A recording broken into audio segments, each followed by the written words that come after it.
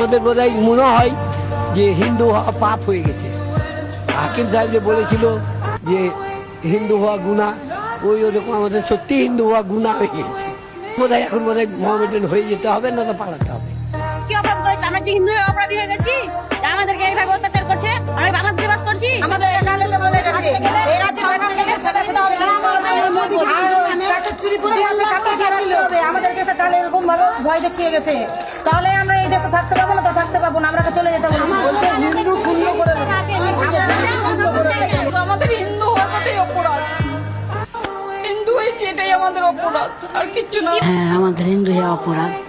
আমাদেরকে মুসলমান হয়ে যেতে হবে, শাখা সুদের ভেঙে দিতে হবে, ওদের স্লোগান দিতে হবে, এগুলা বলছে সব।